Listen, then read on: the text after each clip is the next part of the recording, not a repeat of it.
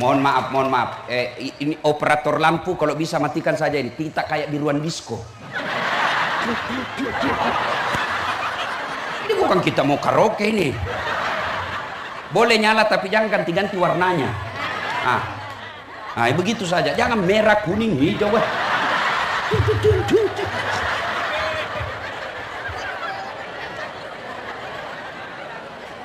Dari tadi sebenarnya ini saya ada koreksi-koreksi sedikit. Saya datang tidak ada air di sampingku, sementara di samping ada.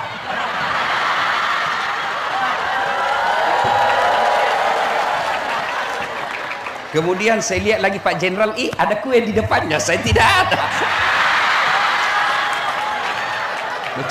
Bercanda ya. Itulah dakwah ya. Ibu, bisa tolak serangan fajar? 12 orang. Bisa tolak serangan fajar? 22 orang. Bapak-bapak bisa tolak serangan fajar? Masya Allah. Ya Allah, dengarlah janji hambamu malam ini. Kalau mereka ingkar janji di bulan 11 tanggal 27 yang akan datang, buat mereka hidupnya sengsara dunia akhirat. Saya heran Pak. Nah kau tidak kaya kalau kau terima itu. Tapi yang pasti 300.000 itu kau tolak atau kau terima menentukan masa depan bangsamu. Coba lihat sekarang anggota DPR kita Pak. Lain maunya rakyat, lain juga dia maunya. Kita mau turun sembako, dia tidak pikir. Kenapa? Karena dia pikir untuk apa saya urus kamu kalau sudah saya bayar. Makanya saudara-saudara sekalian, bulan 11 jangan terima serangan fajar. Ada lagi orang bilang begini, ini bukan serangan fajar Ustadz, ini sedekah subuh. Sudah rusak memang otaknya. Ibu bapak saudara-saudara sekalian yang insya Allah dimuliakan dirahmati oleh Allah Subhanahu Wa Taala. Saya mau ajak panggil satu. Ini adik kecil, kau sini dulu. Sini. Cepat kau masuk YouTubeku, jutaan yang nonton kamu, cepat. Cepat. Sini. Ini acara apa? Acara maulid.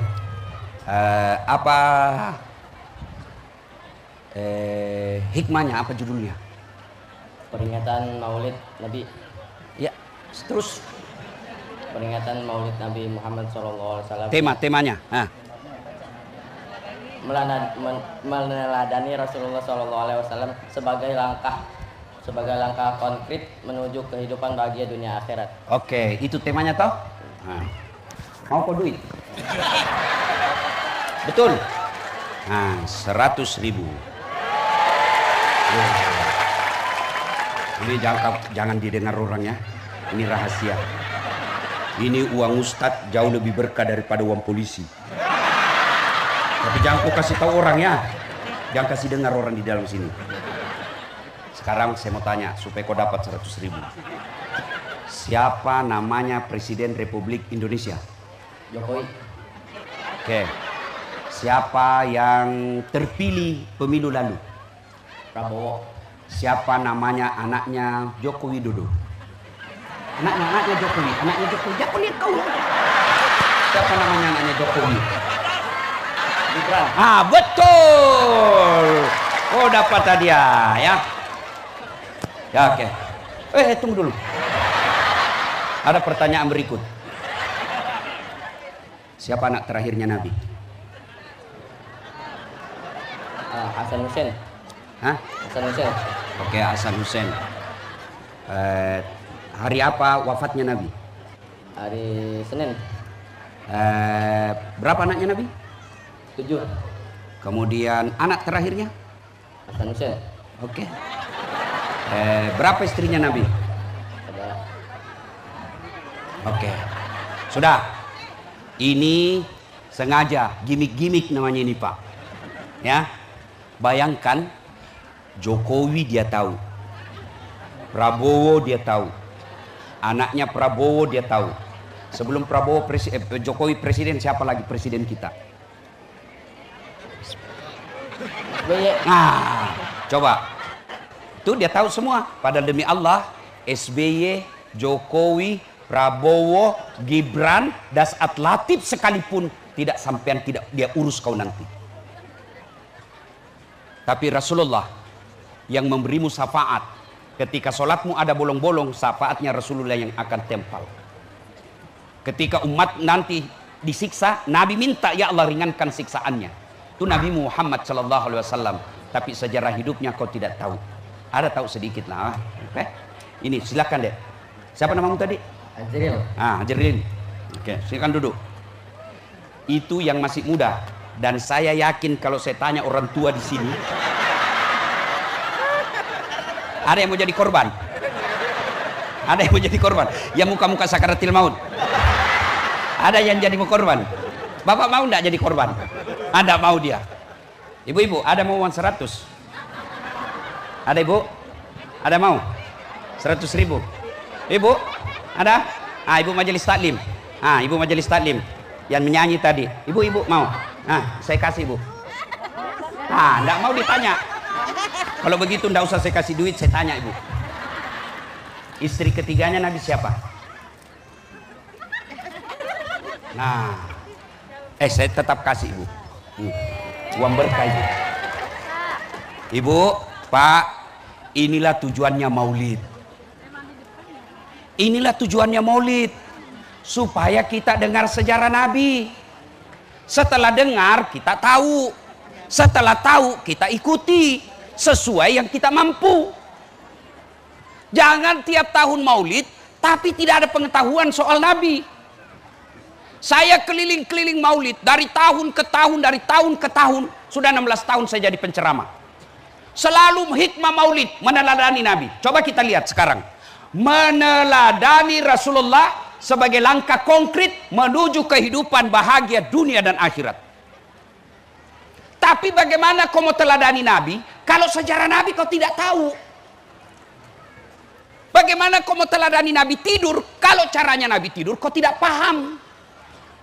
Bagaimana kau mau teladani Nabi suami istri kalau kau tidak tahu bagaimana Nabi perlakukan istrinya? Ini pentingnya maulid. Maka saudara-saudaraku yang tidak mau maulid silahkan. Itu tujuannya maulid. Supaya apa? Kita tahu sejarahnya Nabi.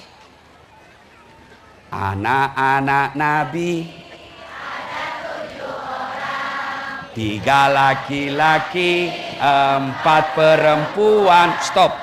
Ada yang baru tahu 7 anaknya Nabi. Iya toh. Pertama Qasim, 3 laki-laki, 4 perempuan. Pertama Qasim, Abdullah, Ibrahim, Zainab, Ruqayyah, Ummu Kalsum, Fatimah. Ada tadi kau sebut namanya itu tadi, saya sebut nama anak-anak Nabi. Ada Hasan Hussein itu dek, cucunya Nabi. Ya? You understand? Yes. Tujuannya maulid. Nah sekarang karena waktu terbatas. Selamat dunia akhirat. Apa itu selamat dunia akhirat? Ibu ada yang hafal doa selamat dunia akhirat? Apa?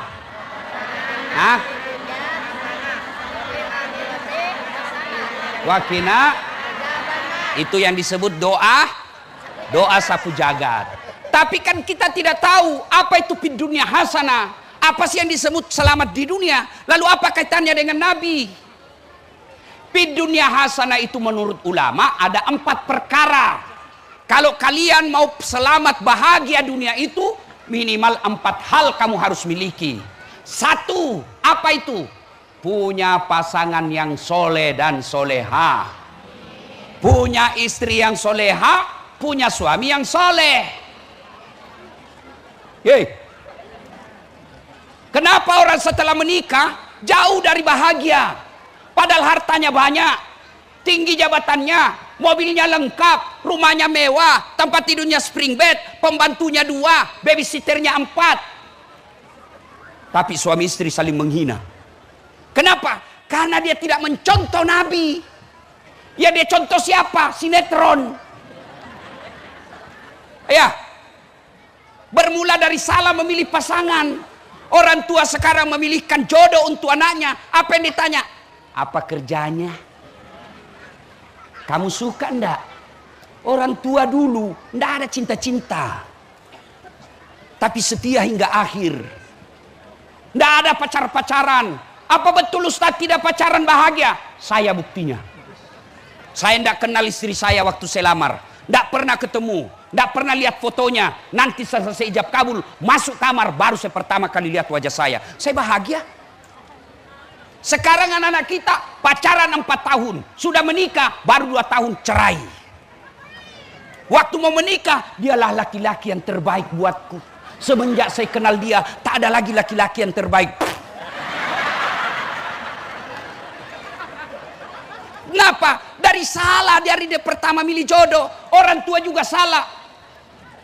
Pak Jenderal dan seniornya, tidak ada tuh. Paling orang tua, nak, itu ada sepupumu sudah gadis, saya nikahkan kamu. Tidak, orang tua dia bilang, tidak ada cinta. Tidak, mereka perempuan dulu taat sama orang tuanya. Dengan niat apa? Takut dosa kepada orang tua. Siapapun dia pilihkan, dia saat. Akhirnya apa? Bahagia rumah tangganya. Sekarang 4 tahun pacaran. Selama pacaran saling menghina. Selama pacaran bohong. Selama pacaran 4 tahun 19 kali selingkuh. Kira-kira kau masih percaya suami begitu? Maka dia ahli sejarah. Kenapa? 19 kali dia ulang. Rasulullah, rumah tangganya, Bu, ibu-ibu, mudah-mudahan semua punya rezeki umur panjang. Pergi ke Madinah, lihat itu di samping Masjid Nabawi, ada di situ museum Rasulullah. Di situ kita bisa lihat miniatur rumahnya Rasul. Nabi kalau berdiri, kepalanya menyentuh langit-langit. Kakinya kalau sholat, menyentuh kepalanya Aisyah karena kecilnya kamarnya. Tidur, pakai pelepah daun kurma, bukan bantal. Setiap Nabi bangun, ada bekas pelepah daun kurma di pipinya. Dalam keterbatasan ekonomi itu, beliau katakan, baiti jannati, rumahku laksana surga bagiku. Sementara kita, kasur spring bed, AC baik, farmer Pak, harganya bukan dibeli pakai rupiah, belinya pakai dolar. Tapi apa? Tidak bisa tenang dalam rumahnya. Koreksi buat kita kalau kita. Maka di dunia hasa ingat itu. Punya istri yang baik. Ibu, mau jadi istri yang soleha. Istri yang soleha itu suaminya betah di rumah.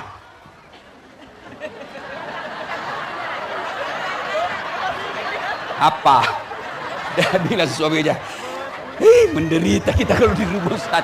Sampai ada yang bilang, Ustaz, bolehkah kita itu nanti di surga kalau ada istri kita minta tempat lain? Ayo ibu, ayo ibu. Bu, kalau ibu mau tahu, ibu sebagai istri yang soleha, kalau suamimu betah di rumah, selalu gelisah mau pulang, itu wanita penghuni surga. Tapi kalau tidak betah di rumah, perlu koreksi. Jangan marah ya Bu ya, jangan marah. Ini tujuannya ceramah, supaya ibu bawa pulang ada perubahan.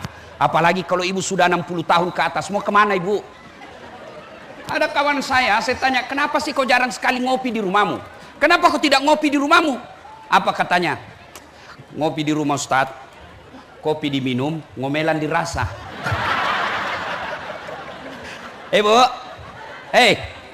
mau jadi istri yang soleha? Bawa pulang besok, buat suamimu tenang di rumah. Datang suamimu marah-marah, kau peluk baik-baik. Bila kamu di sisiku, hati rasa syahdu. Mulai ketawa itu. Begitu dia duduk, belum selesai marahnya, kau peluk makin rapat, nyanyi lagi. Insaflah wahai ya Bu ya, itu lagu-lagu dulu ya, ibu-ibu dulu. Tidak ada majelis taklimnya, lagu-lagunya dakwah. Kalau lagu ibu-ibu sekarang apa? Cikampek, Tasikmalaya, aku capek gara-gara dia. Bleh. Apa kok dapat itu Cikampek? Bu, tahu berapa istrinya Nabi? Berapa? 11. Istri ketiganya Nabi Bu namanya Aisyah. Ya, yuk. Dari 11 istri Nabi, yang paling dicintai Nabi namanya Khadijah. Sampai dalam Islam ada yang disebut tahun duka cita. Kenapa? Karena wafatnya Khadijah. Bu, apalagi bawaan Khadijah. Itu Khadijah kalau datang suaminya dakwah, Khadijah sudah siap di rumahnya baskom. Ibu tahu baskom? Simpan baskom itu air hangat, datang Nabi duduk, masukkan kakinya Rasulullah, diurut-urut telapak kakinya. Hikmah maulid yang konkret. Malam ini, besok ibu beli baskom.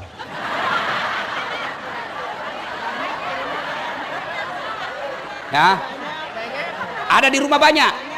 Itu kau isi air hangat, tunggui suamimu pulang. Lalu bersihkan urut-urut telapak kakinya. Dia langsung berkata, ya Allah terima kasih kau utus Das'at Latif datang maulid. Tapi kalau ibu pulang ini tetap kasar sama suami, nggak ada. Ibu, mau ndak ibu gampang masuk surga? Oh, kata Nabi, perempuan itu paling gampang masuk surga. 4 aja syaratnya. Lebih susah syaratnya jadi caleg. Apa syaratnya? 1, sholat. Pasti ibu semua sholat. 2, puasa Ramadan. Saya yakin ibu pasti semua puasa Ramadan. 3, menjaga harga dirinya. Salah satu cara jaga harga diri pakai kudung dan tidak pernah keluar kecuali izin suaminya. Ditemani oleh keluarganya. Ini yang agak 4 agak susah. Ini agak susah. Menaati perintah suami. Datanglah ibu-ibu melapor sama Nabi. Ya Rasulullah, tetangga saya keterlaluan. Kenapa? 3 kali saya datang, minta dia datang besuk sama ibunya yang sudah wafat. Mulai dari sakit, sakaratil maut, sampai dimakamkan sekalipun, dia tidak datang besuk ibunya. Kata Nabi, keterlaluan betul itu, Bu. Kenapa memang? Dia dipesan kata suaminya, yang lagi pergi jihad, yang lagi pergi cari nafkah, jangan kau tinggalkan rumah sebelum saya pulang dari kerja. Begitu datang utusannya, sakit mamanya, dia bilang, saya mau sekali ke ibuku, tapi suamiku pesan tidak boleh keluar rumah. Mendengar ini apakah Nabi marah? Subhanallah, Nabi justru menyampaikan diampuni ibu yang wafat karena punya anak, istri yang taat terhadap perintah suaminya. Kira-kira masih ada perempuan begini?